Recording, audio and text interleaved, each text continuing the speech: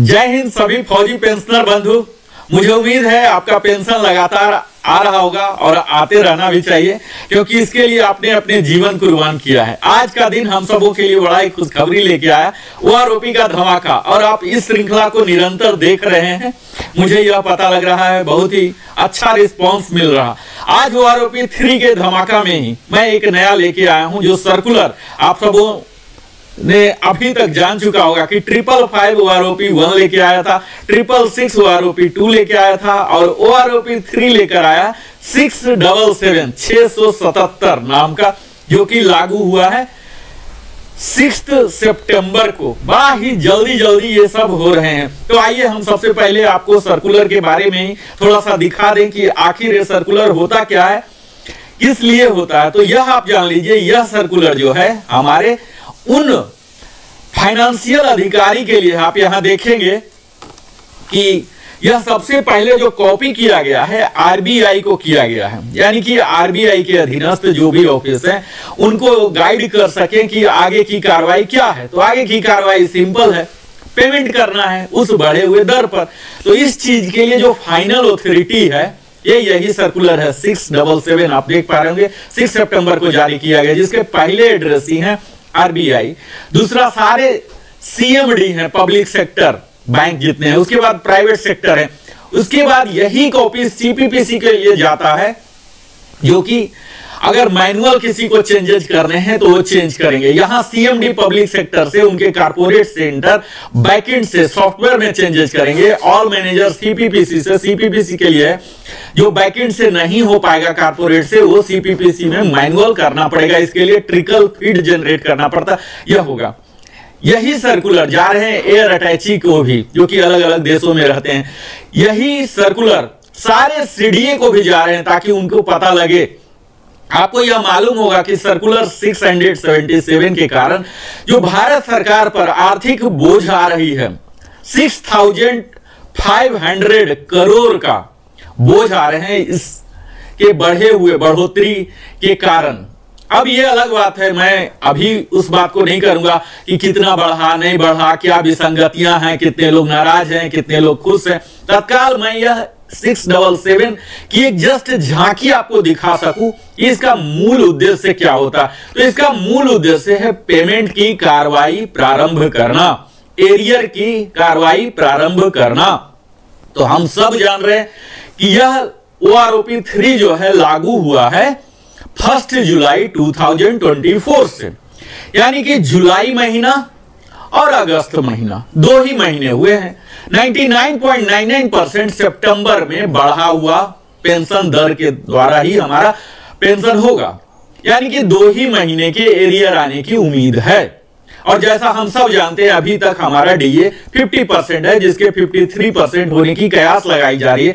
तो अगर 50% भी माना जाए तो मैं आगे के टेबल में आपको दिखाऊंगा कि कितना आपका मूल वृद्धि हुआ है आपके मूल पेंशन दर में।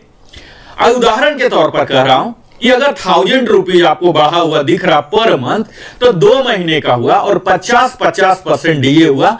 यानी कि आप सिंपल फॉर्मूला रख लीजिए कि जो भी बढ़ा हुआ दर दिख रहा आपको, उसको 3 टाइम से मल्टीप्लाई कर दें। यह बड़ा ही सिंपल सा फॉर्मूला है। जो भी बढ़ा हुआ दर दिख रहा 3 से मल्टीप्लाई कर दें, वही आपके एडिशनल सितंबर माह में हो सकता है, बीच में भी हो सकता है कि सितंबर के पेंशन के साथ भी आएगा, जो कि आपको दिवाली दशहरा फेस्टिवल का है, इसमें मनाने में मदद करेगा। यहां आप देख पाएंगे कि यह सर्कुलर जो है 12 को एड्रेस किया गया है। इसमें सारी कुछ बातें वही हैं जो हमने ऑलरेडी कवर कर लिया है, और इसमें लगभग कुछ भी नया नहीं है एप्लीकेबिलिटी डेट के। इसके जो भी हैं ओआरओपी के कौन कौन से एप्लीकेबल हैं, कौन कौन से एप्लीकेबल नहीं हैं, डीएससी के लिए क्या होंगे, फैमिली पेंशन के लिए क्या होंगे, ये तमाम बातें यही सब हैं। इनके क्या मेथोडोलॉजी रहे हैं, डिसेबिलिटी के लिए कौन से टेबल हैं, तो एक जिस्ट आउट किया गया है, जो कि हम अपने अगले वीडियो में इसी श्रृंखला में, ओआरओपी का धमाका श्रृंखला में, इन सारे टेबल को, जो मुख्य टेबल हैं, आउट ऑफ 121 कोशिश करूंगा अधिकतम टेबल को एनालिसिस करके आप सबों के लिए बताऊं। आप लोग अगर चाहते हैं हमारे दर्शक चाहते हैं कि उस टेबल का पहले देखना चाहते हैं तो उसका मैं बताऊंगा। अदरवाइज मैं एक एक कर अधिकतम टेबल को, जिसमें ज्यादा से ज्यादा लोग कवर है, ये सबको मैं दिखाऊंगा। तो यहां जस्ट दिया गया है कि किस टेबल से किस टेबल तक क्या कवर करता है। आप यहां देखेंगे कि यही OROP का जो सर्कुलर है ये और किन्हें किन्हें जा रहा। तो यह तो है हमारे, यहां आप नीचे देखेंगे जस्ट फॉर इंफॉर्मेशन, इन जो नीचे के लोग हैं इन्हें सिर्फ इंफॉर्मेशन के लिए दिया गया है, इन्हें कुछ करना नहीं है, जस्ट मालूम होना चाहिए। इसमें अधिकतम PCDA के ही हैं, CDA के हैं, जो ऑडिटिंग ऑथोरिटी हैं, रिकॉर्ड ऑफिस है, इन लोगों को कुछ ज्यादा करना नहीं होता, लेकिन मालूम होना चाहिए कि हमारे यहां से जो रिटायर हो रहे हैं इनका कितना पेंशन होता है। ये सब जानने के लिए यहां देख रहे हैं सबको दिया गया है। मुख्यतः यह जो आदेश है, यह आदेश लागू हो रहा है इन सभी बॉडी पर जो कि करने वाले हैं फॉर एक्शन। ये 12 एड्रेसी जो हैं एक्शन, मुख्यतः इसमें अब चूंकि स्पर्श ही हो गया है, खुद ही है, उसके लिए लागू हो जाएंगे। और CMD PSB के जो हैं इनके लिए है। तो अब स्पर्श को भी आदेश जा चुका, जो कि PCDA के इंटरनल बॉडी ही है, वो भी इस पर काम करना शुरू कर दिए हैं। अब मैं आता हूं इससे आगे, जो इसके पीछे वाला लेटर था, आप देखे होंगे DSW का लेटर, जिसके आधार पर ही, जो कि MOD का एक ऑथोरिटी था, उसी ऑथोरिटी वाले लेटर में, जो कि 4 सितंबर को जारी, जस्ट 2 दिन पहले जारी किया गया था। यह आप देख लीजिए अंतर सर्कुलर में कई लोग इस गवर्नमेंट ऑफ इंडिया का MOD के लेटर को ही लेके बैंक में पहुंच जाते हैं कि मेरा ऐसा हो जाना चाहिए। यहां एक बारीकी सी चीज को देखना है कि ये देखिए 2 किसका है, chief of the defence staff, chief of the army staff, chief of the navy staff, chief of the air staff. यानी कि ये MOD का जो लेटर है इंटरनल लेटर है, इसमें कोई एक्सटर्नल बॉडी नहीं है, कोई भी पेमेंट इसके आधार पर नहीं किया जा सकता। ये उन्हें दिखाया जा रहा, बताया जा रहा है, एक आदेश MOD ने जारी कर दिया, जो कि यह टेबल या यह लेटर को, पेंशन पॉलिसी लेटर, उन सबों के ही रिप्रेजेंटेटिव के द्वारा, इन लोग के ही वेटिंग के बाद ही ये बना है। अब ये अमली जामा इसे दे दिया गया, एक ऑथोरिटेटिव रूप दे दिया गया, यह पेंशन पॉलिसी है, लेकिन पेमेंट के लिए ये ऑथोरिटी नहीं है। ये अंतर मैं मूल यहां बताना चाह रहा हूं। यह पेंशन पेइंग ऑथोरिटी नहीं है, पेंशन टेबल के लिए, जो कि PCDA जिस पर काम करती है, उसके लिए ऑथोरिटी है, इंटरनल बॉडी के लिए। और बैंक के लिए जहां पेमेंट की बात आती है तो उसके लिए सर्कुलर है। यानी कि हम लोग को अगर क्लेम करना है वास्तविक कि हमारा इतना बढ़ जाना चाहिए, इतना नहीं बढ़ा, तो हमारे लिए लैंडमार्क यही 677 होना चाहिए सर्कुलर। इसी सर्कुलर के एनक्लोजर में ये लगे हुए हैं, यानी कि इसके जो सारे तमाम टेबल आप देखेंगे ये सब उसी सर्कुलर का हिस्सा अब बन गया है। ठीक है, तो अब मैं आता हूं अगले अपने मुख्य हिस्सा में। आज का वीडियो मैं मुख्यतः डेडिकेट करना चाहूंगा उन सभी मित्रों को जो कि 2016 1 जनवरी 2016 के बाद जो सेवानिवृत्त हुए हैं, यानी कि 7 CPC के आने के बाद। हम सब जान रहे हैं कि हर पे कमीशन कुछ न कुछ अच्छाई लाता है, परेशानी लाता है। तो जो परेशानी ला रहा है, आप देखे होंगे कि 2006 से 1 जनवरी 2006 से 6 CPC आया। इससे पीछे के लोगों को MSCP का लाभ नहीं मिलता था, उन्हें लाभ मिलने लगा सिर्फ 1 जनवरी 2006 के बाद। इसी प्रकार कुछ विसंगतियां हुई 2016 के बाद भी, 7 CPC के दौरान भी। 1 जनवरी 2016 के बाद क्या हुआ, वे लोग जो कि X ग्रुप में थे, जिनका कि 6200 रखा गया अलाउंसेस, उन्हें अलग टेबल बनाया गया और उसी टेबल का नाम है टेबल नंबर 8, जो कि पिछले OROP 2 से टेबल नंबर 8 इंट्रोड्यूस किया गया। यह एक प्रकार की विसंगतियां हैं। जब OROP है तो टेबल नंबर 8 नाम का चीज एग्जिस्ट ही नहीं होना चाहिए था। इस टेबल नंबर 8 को वहीं मर्ज हो जाना चाहिए था टेबल नंबर 7। खैर, ये बाद की बात है, इस पर हम बाद में बात करेंगे कि क्या विसंगतियां हैं, क्या समाधान है, क्या हमारे पास लीगल रिकोर्सेस हैं, क्या हमें करना है। तत्काल मैं एक जस्ट रिकैप करके दिखाऊंगा और मूलतः इस वीडियो को मैं केंद्रित रखना चाहूंगा टेबल नंबर 8 पर, जहां की पूरे रैंक वाइज मैं यह दिखाने का प्रयास करूंगा कि OROP 2 में उन्हें क्या मिल रहा था, OROP 3 में क्या मिलेगा और मुख्य अंतर क्या है, कहां निगेटिव है, कहां कोई एनोमली है। इस पर मैं अपना वीडियो केंद्रित रखना चाहूंगा। इससे पहले जस्ट 2 मिनट में क्विक रिकैप कर लूं। मैं हर वीडियो में बताते रहा हूं OROP के बारे में, माइलस्टोन के बारे में, इसके सीरियल फीचर बेनिफिट्स के बारे में। अभी तक जो नहीं देख पाए होंगे ये समझ पाएंगे कि कैसे यह काम करता है। यहां हमने पूरे सर्कुलर के बारे में आपको बताया, जो ये है OROP 3 का। OROP 3 में हमने देखा कि क्या क्या माइलस्टोन किया, आपको मैंने दिखाया भी, सारे लेटर भी दिखाया, सर्कुलर भी पास हो गया, चार्जिंग। अब एरियर पेमेंट होगा, इसके बारे में भी हमने बात कर लिया, हर 5 साल पर आता है, ये सब हमने बात कर लिया। ये कहां कहां लागू होगा ये भी हमने सर्कुलर को दिखा लिया, राइट। यहां डिसेबिलिटी के लिए होंगे, स्पेशल होंगे, army, navy, air force, DSC, territorial army, retired, discharge, invalidate, died, ये सब के लिए होंगे। यहां किसी का निगेटिव ग्रोथ अगर है भी तो डिसएडवांटेज में रिवीजन नहीं होगा।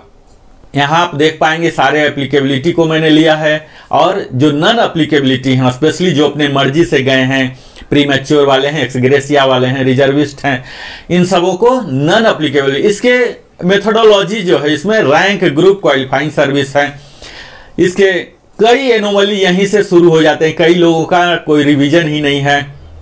तो यहां तक हमने कॉमन बातें लगभग हर बार हम बोल रहे हैं आप सबों को। अगर आपने अभी तक हमारे चैनल को सब्सक्राइब नहीं किया तो अवश्य ही सब्सक्राइब कर लें, जिससे कि हमारा भी मनोबल बढ़ता है और भी बेहतर वीडियो बनाने का, और हमें उत्साह जगता है। तो आप अवश्य ही सब्सक्राइब कर लें, लाइक करें, कमेंट करें, अपने सगे संबंधियों के साथ साझा भी करें और पुश कर दें बेल आइकन को, ताकि हमारे द्वारा बनाई हुई सारी वीडियो का नोटिफिकेशन आपको मिले और आप देख सकें। अभी तक हमने टेबल 7 का खूब विस्तार में बात कर चुका है। अगर आपने नहीं देखा होगा तो आप वहां जाके देख ले, जहां की सिपाही, इक्विवेलेंट, हर रैंक को हमने डिटेल्ड में लिया, कहां निगेटिव ग्रोथ है, कहां पॉजिटिव ग्रोथ है। यहां देखिए ऑनरी नायक के लिए है, यहां नायक एंड इक्विवेलेंट के लिए है, यहाँ ऑनरी हवलदार के लिए है, यहाँ हवलदार एंड इक्विवेलेंट के लिए, जिसे बैकबोन माना जाता है। यहाँ आप देख पा रहे होंगे कि एक्स ग्रुप का कितना निगेटिव ग्रोथ है। हालांकि वाई ग्रुप में यहाँ देखा जा रहा है कि कहीं निगेटिव ग्रोथ नहीं है, कुछ न कुछ उन्हें दिया गया है, यह एक कॉमन सी बात उभर रही है। और 20 और उससे ऊपर वाले को निगेटिव ग्रोथ नहीं है। यहाँ पर बहुत ही अच्छा सिंबल दिख रहा। ऑनरी सूबेदार के, ऑनरी नायब सूबेदार के साथ भी यही चीज हुआ है जो नायब सूबेदार के साथ हुआ है। यहां सबसे अलग चीज आपको जो दिखेगा, यह नायब सूबेदार के साथ भी आप देख लीजिए, सब निगेटिव ग्रोथ ही है। यहां भी 20 के बाद जाके पॉजिटिव ग्रोथ होना शुरू हुआ। सूबेदार के साथ आप देख लीजिए, बिल्कुल ही अद्भुत हुआ है, यहाँ पूरा निगेटिव ग्रोथ है। हालांकि वाई ग्रुप में यह चीज यूनिकनेस दिखा है, कहीं निगेटिव नहीं है, कुछ ना कुछ इनको जरूर मिला है। एक्स ग्रुप में आप देख लीजिए, जो वारंट ऑफिसर और सूबेदार से जो रिटायर हुए हैं, निगेटिव चल रहा, यहां थोड़ी सी बढ़ोतरी हुई है।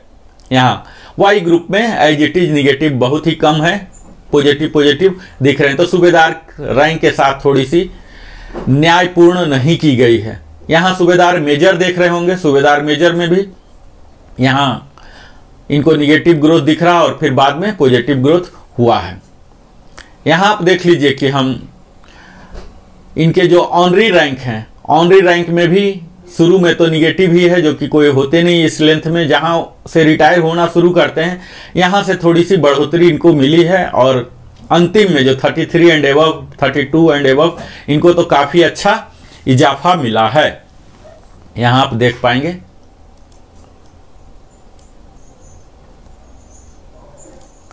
आप यहां देख पाएंगे कि किस प्रकार का चेंजेज आए हैं। यहां आप देख पाएंगे, थोड़ा ही है लेकिन है। अब मैं मूलतः आपको लेके चलता हूं टेबल नंबर, यहां से हमारी यात्रा प्रारंभ हो जाती है, जो कि आप यहां देख पा रहे होंगे कि 1 जुलाई से उन सभी जेसीओ को या अदर्स को यह टेबल लागू हो रहा, टेबल नंबर 8 जो कि एक्सक्लूसिव ग्रुप एक्स के लिए है।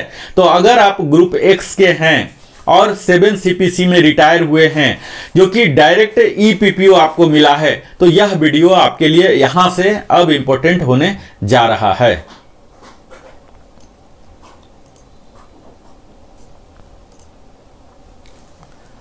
यहां देख लीजिए कि जो 7 CPC में रिटायर होने वाले जो सिपाही एंड इक्विवेलेंट हैं 6 महीने से हैं, तो इनका 1300 डिफरेंस आया है। काफी अच्छा, यहां पूरा टेबल 8 में काफी अच्छा इजाफा है।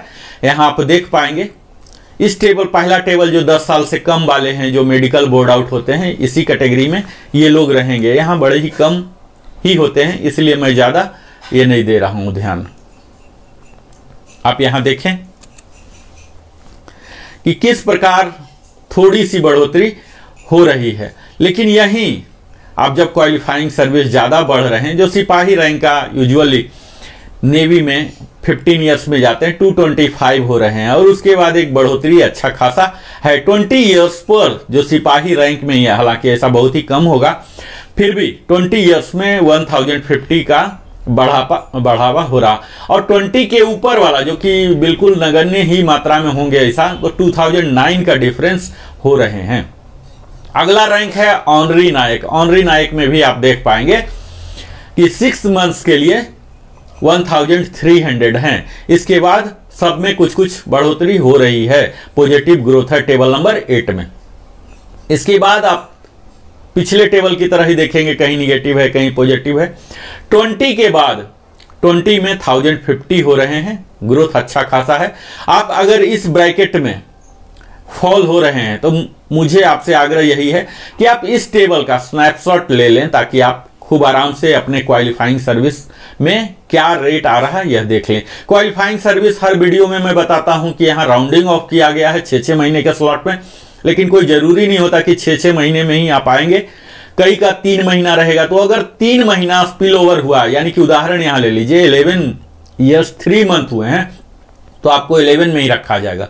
लेकिन 11 ईयर्स 3 मंथ्स 1 डे हुआ है, तो आपको 11.5 में चले जाएंगे। इसी प्रकार अगर आपके 10 ईयर्स 9 मंथ्स 1 डे हुए हैं, तो आपको 11 में आ जाएंगे। तो इस तरह से इसका फिलॉसफी होता है rounding off qualifying service. Honorary Naik में भी आप देख पाएंगे कि 20 ईयर्स में 1050 रुपीज का इजाफा हो रहा है, और 20 के ऊपर में फिर से वही ट्रिक किया गया है, 2009 का इंक्रीज दे दिया गया है। अगला है नायक एंड इक्विवेलेंट, जिसमें काफी लोग रिटायर होते हैं। आप यहां देखेंगे इनके लिए काफी कुछ दिया गया है। यहां आप देखिए इनके लिए काफी कुछ दिया गया है। 6 महीने से ही इनको 1300 जो नायक जाते हैं 10 ईयर्स तक भी जा रहे हैं, तो इन्हें अच्छा खासा इजाफा मिल रहा है। यही चीज 10 से ऊपर वाले अधिकतम जाते हैं। यहां थोड़ा सा दुखी करने वाला है कि अगर कोई नायक 15 में जा रहे हैं तो 1308 का डिक्रीज हो रहा है, यानी कि इनको एडवांटेज नहीं मिल रहा। 17 तक यूजुअली ये नायक जाते हैं, तो यहाँ निगेटिव हो रहा, कुछ भी नहीं मिल रहा 7 CPC वाले को। तो यहाँ आप देख पाएंगे 20 ईयर्स में भी जा रहे हैं तो मात्र 707 रुपीज का इजाफा हुआ है।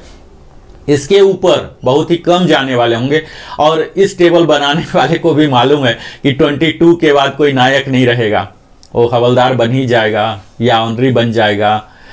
तो यहाँ 22 के बाद अंधाधुन वैल्यू इन्होंने दिया है 2657 टेबल 8 में, जो कि 28 मैक्सिमम है, यहां तक जा रहा है।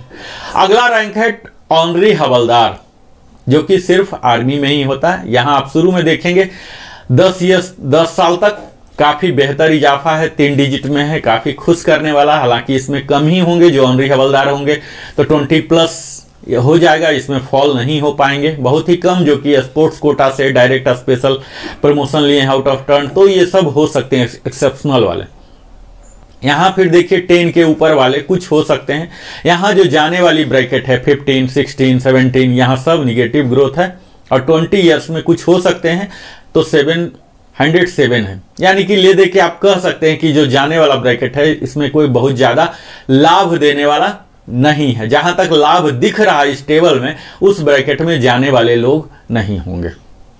यहां फिर ऑनरी हवलदार रैंक लेके कोई जाने वाले अगर हैं तो यहां देख लीजिए 831 है, और उसके बाद 22 ईयर्स के बाद 2657 काफी अच्छा इजाफा हुआ है। हवलदार एंड इक्विवेलेंट, मैं बार बार बोलता हूं कि हवलदार हमारे डिफेंस फोर्सेस के एक बैकबोन होते हैं। टेबल नंबर 8 में यही चीज दिख रहा है कि यहां टोटल निगेटिव, बैकबोन को पूरे निगेटिव ग्रोथ दिला दिया है। 10 ईयर्स तक कुछ भी नहीं मिल रहा। हालांकि 10 ईयर्स तक हवलदार जाने वाले बहुत कम होंगे। इनके जाने का दर जो 20+ ही शुरू होता है। 17 तक भी अगर कोई आउट ऑफ टर्न प्रमोशन लेके गए हैं या डायरेक्ट रिक्रूट हुए हैं तो इन्हें कोई ज्यादा लाभ नहीं होगा। 17 ईयर्स तक -925 ही हो रहा है एक्स ग्रुप में टेबल नंबर 8 का। जब ये जाने लगे 20 से तो इनको 1350 का लाभ हो रहा है। यही चीज जो टेबल नंबर 7 है, टेबल नंबर 7 में 2525 का इजाफा हुआ है, लेकिन इस 28635 से नीचे ही है। मैं अगला वीडियो बना रहा हूं जिसमें कि टेबल नंबर 8 का ही कंपैरिजन करके दिखाऊंगा, टेबल नंबर 8 और टेबल नंबर 7। यहां आप देख लीजिए मित्रों कि विसंगतियां का मुख्य कारण यहां ओआरओपी में यह भी हो रहा। आप यहां देखिए कि 20 ईयर्स में है ये 20 ईयर्स के कई सार्जेंट ऐसे हो सकते हैं जो सार्जेंट उन्होंने 10 ईयर्स में बन गया, 11 में बने, 12 में बने, 13 में बने, 15 में बने। जस्ट एग्जांपल के लिए बोल रहा हूं। कुछ लोग सार्जेंट 5 ही साल रहे, कुछ 2 साल रहे और कुछ 1 ही साल रहे। ऐसा भी केस हो सकता है। अब यहां देख लीजिए कि उन सब का पेंशन यही होगा, जबकि उनका जो सैलरी था या जो मूल पीपीओ जो पहली बार उनको रिटायरमेंट के टाइम जारी किया गया पीपीओ, उसमें इससे इस वैल्यू से बहुत ज्यादा ऑलरेडी होगा। तो यहां जो डिफरेंस मैं दिखा रहा हूं ये हर लोगों के लिए वास्तविक डिफरेंस नहीं है। ये डिफरेंस आपको आंख बंद करके नहीं कर लेना है। आपको अपना जो प्रेजेंट बेसिक है, जो पेंशन स्लिप में आप देख सकते हैं, अपने प्रीवियस पीपीओ में दे सकते हैं, वहां से कृपया करके आप वेरीफाई करें कि आपका प्रेजेंट बेसिक कितना है। हो सकता है कि यहां बढ़ा हुआ दिख रहा हो, लेकिन एक्चुअल आपके लिए बढ़ा हुआ नहीं होगा, क्योंकि अगर आपने फास्ट प्रमोशन लिया होगा तो इससे ज्यादा आपको ऑलरेडी मिल रहा होगा। यही यहां ओआरओपी के विसंगतियां का मूल कारण होता है। जैसे आप यहां समझें, अगला रैंक आपको दिखाता हूं सूबेदार का, सूबेदार नायब सूबेदार का आप देख लीजिए। नायब सूबेदार कोई लोग ऐसे होंगे जो डायरेक्ट हवलदार बन के आए, एजुकेशन इंस्ट्रक्टर, पंडित और कई ऐसे ट्रेड होते हैं हमारे फौज में। यहां आप नायब सूबेदार को देखें तब आपको पता लगेगा। यहां 10 ईयर तक टोटल माइनस ग्रोथ है, ठीक है, इस पर बात नहीं कर रहा हूं। 17.5 तक माइनस है या जीरो है, बात नहीं कर रहा हूं। 20 तक भी जीरो है, इस पर बात नहीं कर रहा हूं। 20 के ऊपर भी 23.5 जीरो ही है, और इसके बाद 24 से 100 है, और यहां 11, यानी कि नायब सूबेदार को यहां भी कुछ नहीं दिया गया। टेबल नंबर 7 में भी कुछ नहीं दिया गया, और टेबल नंबर 8 में भी लगभग नगण्य के बराबर ही है, 26 वाले को मिला है।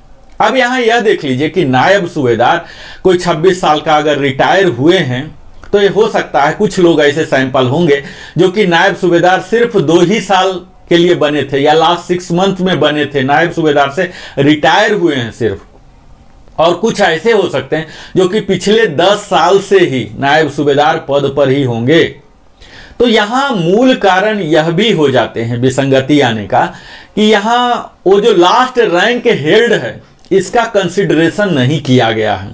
यहां जो कंसिडरेशन होते हैं ओआरओपी के टेबल फॉर्मेशन में, मुख्यतः उनके ग्रुप क्या है, उनका रैंक क्या है, क्वालिफाइंग सर्विस क्या है, last rank held for how many years, इस चीज का कंसिडरेशन नहीं है। जबकि सैलरी में इस चीज का कंसिडरेशन होता है, लेकिन लास्ट तक आते आते जब पेंशन का करते हैं तब यहां राउंडिंग ले लेते हैं। और यहां जो सैंपल भी लिया गया है 2023 सा, तो यह महज संजोग की बात है कि उस समय जो उस रैंक में रिटायर हो रहे थे वो उस रैंक को कितना ज्यादा होल्ड करके तब रिटायर हुए थे। अगर उस रैंक को ज्यादा साल तक होल्ड करके रिटायर हुए हैं तब तो अधिकतम पर हुए होंगे, तब तो जो एवरेज वैल्यू आएगा वो अधिकतम आएगा। लेकिन उस साल अगर कम से कम पर ही वैल्यू लेके ही रिटायर होने वाले ज्यादा संख्या रहे हैं तो उनका एवरेज भी डाउन हो जाएगा। और यही कारण है निगेटिव ग्रोथ या जीरो होने का। अब किस साल कितने ज्यादा रिटायर हो रहे हैं ज्यादा वैल्यू लेके, ये तो 20 साल 25 साल पीछे जाना पड़ेगा, इतिहास को देखना पड़ेगा कि उस समय गवर्नमेंट की जरूरत क्या थी, कितने उन्होंने इनफ्लो लिया था, उसके हिसाब से आउटफ्लो होगा। या फिर मार्केट में देखना पड़ेगा कि मार्केट में अभी फौजियों का डिमांड कितना है, इसके अनुसार से आउटफ्लो होते हैं। तो ये सब कई फैक्टर है। तत्काल इस टेबल बनाने में इस चीज को नजरअंदाज किया गया है कि वो लास्ट रैंक हेल्ड कितने हैं। हालांकि इसमें कुछ लोगों को लाभ भी होगा, जो लास्ट में ही बिल्कुल बने हैं उन्हें भी उच्चतम मिल जाता है, लेकिन जो बहुत पहले ही उस रैंक को हेल्ड करके रखे नायब सूबेदार 8 साल 10 साल से हैं, तब उनको यहाँ एडवांटेज नहीं मिलता है, निगेटिव ग्रोथ चला जाता है या इनइफेक्टेड हो जाता है। तो यहाँ कोई ना कोई हमारी अथॉरिटी को इस तरह का फॉर्मुलेट करना चाहिए जिससे कि यह चीज हो कि सबको लाभ हो और एक रेशनलाइज तरीके से हो। ऐसा नहीं हो कि किसी को मिल गया और किसी को नहीं मिला, सबको मिलना चाहिए। इस तरह का कोई फार्मूला उन्हें डिराइव करना चाहिए। हमारा तो सजेशन यही है कि जो पैरामीटर्स अभी लिए गए हैं, जो इंडेक्स लिए गए हैं, इस इंडेक्स में रैंक हेल्ड को भी इंक्लूड किया जाए। मिनिमम उस रैंक का इतना बढ़ोतरी हो, यानी कि सिंपल सी बात है कि 3-3% तो बढ़ ही रहे हैं, तो 3-3% हर साल बढ़ रहे हैं, तो 5 साल में है तो 15%, तो 7.5% तो मिनिमम सब में बढ़ोतरी होना ही चाहिए। तो ये फार्मूला लेके चलें तो शायद इतनी विसंगतियां ना हो। सूबेदार रैंक का यहां भी देख लीजिए, जैसा टेबल 7 में हमने देखा, यही चीज क्लियर दिख रहा कि 10 साल तक बिल्कुल निगेटिव ग्रोथ, इतना ज्यादा निगेटिव ग्रोथ दिख रहा है। यानी इनको टेबल बनाने वाले को कोई डाटा ही नहीं मिला और ये सब पूरा निगेटिव लेके बैठे हुए हैं। यहां देख लीजिए 0 पर आके रुके हैं और फिर थोड़ा सा मिलना शुरू हुआ 26 के बाद। 26 के बाद ही यूजुअली सूबेदार वारंट अफसर जो होंगे वो जाना शुरू करते हैं, तो यहां पर थोड़ी सी उनको फायदा हो रहा है। 26.5 में ज्यादा फायदा हो रहा है, क्योंकि ऐसे यहाँ केस मिले होंगे इनको सैंपलिंग में कि 26.5 साल वाले जो जा रहे होंगे, इनको काफी हायर रैंक में, सूबेदार रैंक में ज्यादा समय तक 4 साल 5 साल 8 साल रह के किए होंगे, तो इन्हें हायर बेसिक पर जाने वाला सैंपल मिला है, तो इसलिए यहां पर इजाफा हुआ। और वही 27 पर जाने वाले जो नॉर्मल गए होंगे यहां नहीं मिला। तो ये किस तरह का इनको सैंपलिंग मिला है उस साल, लास्ट रैंक हेल्ड जो ज्यादा सालों तक रहे हैं, अगर ऐसा सैंपल इन्हें मिला है उस साल यानी कि 2023, तो उनका बढ़ गया। यही इसके पीछे लॉजिक दिख रहा कि कहीं 0 हो रहा, जो कि ऐसा नहीं होना चाहिए। इनका पॉलिसी टेबल फॉर्मेशन में ऐसा होना चाहिए कि सबको इतना मिनिमम होना ही चाहिए। अब यहां देख लीजिए कि 25 साल वाले का कुछ भी नहीं हो रहा, यहां निगेटिव हो रहा, और 26 में वही जाके 8 हो रहा। तो 22.5 से लेके 25.5 तक कुछ भी नहीं मिल रहा और 26 में जाके 800 रुपया मिला है। तो ये सब विसंगतियां हैं जो कि क्लियर कट सूबेदार में बहुत ही ज्यादा इंपैक्ट कर रहा है, निगेटिव इंपैक्ट आ रहा है। इसी प्रकार सूबेदार मेजर में आप देख लीजिए कि इसमें जो हम देख पा रहे हैं अधिकतम है इनका, सारे निगेटिव ही आपको लग रहा है। यहां 10 साल तक निगेटिव ही दिख रहा। हालांकि 10 साल में कोई सूबेदार मेजर बन के नहीं जाएंगे, कोई एजुकेशन इंस्ट्रक्टर या डायरेक्ट हवलदार से या जेसीओ से हुए हैं, हो सकते हैं, और मेडिकल बोर्ड आउट हो जाएं, तब अलग बात है। 20 तक भी यहां पूरा निगेटिव, इतना भयंकर निगेटिव इनको मिल रहा है, यानी कि सैंपल ही इनको नहीं मिला है। सैंपल नहीं मिलने की वजह से इनका एवरेज खराब हुआ। एक आध कोई सैंपल मेडिकल वाला मिला होगा जिसका कि बहुत ही लो रहा, क्योंकि कम लेंथ ऑफ सर्विस में जब आउट हो रहा तो उसका बेसिक भी कम ही होगा, तो कम वाले के कारण ये पूरा निगेटिव चला गया। तो ये एक विसंगति पूर्ण है। इसी तरह से आप देखेंगे सूबेदार मेजर का यहाँ 20 से ऊपर वाला है, जो कि एक्चुअल यहाँ पर सारे निगेटिव ही दिख रहे हैं आपको।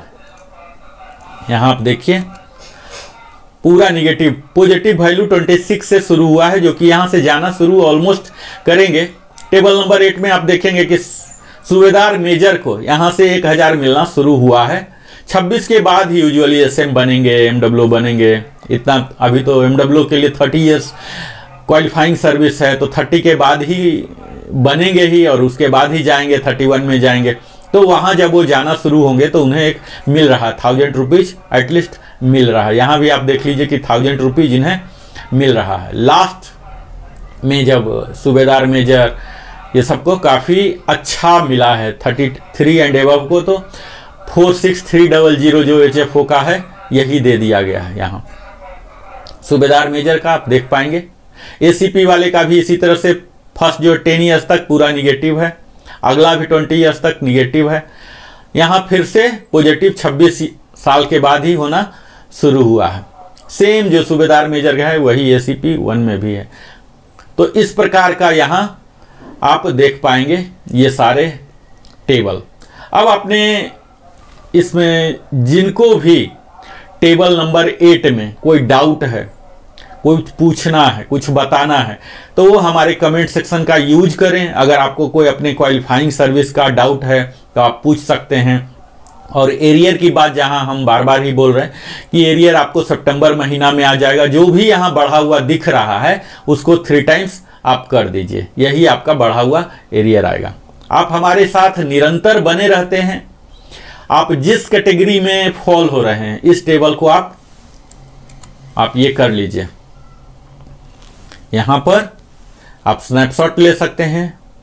दिल की गहराइयों से बहुत बहुत धन्यवाद आप सबों का, क्योंकि आप अपने जीवन का बहुमूल्य समय देते हैं हमारे साथ। और यहाँ मैं आपको अगर समराइज करूँ तो हमने अभी तक जो वीडियो में देखा, आपने देखा होगा कि तो आज के वीडियो में हमने यह देखा कि किस प्रकार का लाभ आपको मिला है और इसकी क्या ऑथोरिटी है। सर्कुलर नंबर 677 जारी हो गया 6 सितंबर 24 को, जो कि हमारे लिए सचमुच एक धमाका का रूप लेके आया है। ये किन्हें किन्हें जारी हुआ है, सर्कुलर का नंबर, सर्कुलर का मतलब क्या हुआ, ये कहां कहां जाता है, ये जस्ट एक कवरिंग लेटर है, ऑथोरिटी है जो पेमेंट करेंगे, जो फाइनेंशियल ऑथोरिटी है उनके लिए एक आदेश है। चाहे वो स्पर्श हो या डिफरेंट पीडीएम हो, चाहे हमारे ट्रेजरी हो, डीपीडीओ हो, पोस्ट ऑफिस हो, बैंक्स हो, सबके लिए एक महज आदेश है। इस आदेश जारी होने के बाद वो लोग अपना कार्रवाई प्रारंभ कर देते हैं। और ये सब जो ऑथोरिटी है 36 कॉपी जो स्पेयर कॉपी भी है, ये सब इनके लिए इंफॉर्मेशन के लिए है कि इनको पता होना चाहिए कि हमारे यहाँ जो काम करते हैं उनका क्या है। और ये सब जो ऑडिटर हैं, ऑडिटर को पता होना चाहिए, तब जाके वहां जाके ऑडिट करेंगे, है ना। यहाँ देख लीजिए लिखा हुआ 29 ऑफिसर ICS स्पर्श, इनके लिए स्पेशल इंस्ट्रक्शन है फॉर सुटेबल अमेंडमेंट इन स्पर्श प्रोग्राम, यानी कि TCS के द्वारा जो बनाया हुआ स्पर्श प्रोग्राम है उसमें चेंजिंग ऑलरेडी प्रारंभ हो चुके हैं। तो हम कयास लगा सकते हैं कि यथाशीघ्र हमारे बढ़े हुए मात्रा का 3 टाइम्स एरियर आ जाएंगे और सितंबर महीना से हमारा बढ़ा हुआ आ जाएगा। इसी के साथ हमने पेंशन पॉलिसी भी देखा कि पेंशन पॉलिसी किस प्रकार सर्कुलर का रूप लेता है, जो कि इंटरनल है। हमें इस पेंशन पॉलिसी लेटर को लेके कहीं बैंक या किसी PDA के पास, पेंशन डिस्बर्सिंग एजेंसी के पास नहीं जाना कि हमारा इस टेबल से होना है। अगर हमें जाना है तो सर्कुलर को लेके जाना है। यहां आप देख पाएंगे कि यह 265 पेजेस के, जहां 121 टेबल है, जिसे मैं बारी बारी करके एनालाइज करके आप सबों को दिखाने जा रहा हूं। तो आज तक हमने काफी कुछ कवर किया और उम्मीद है आप हमारे साथ इसी प्रकार जुड़े रहेंगे। और भी मैं कई तरह की नई आपके लिए लाता रहूंगा और आपको सुदृढ़ करते रहूंगा। बहुत बहुत धन्यवाद, बहुत बहुत धन्यवाद। फिर मिलता हूं अगले वीडियो में, तब तक जय हिंद।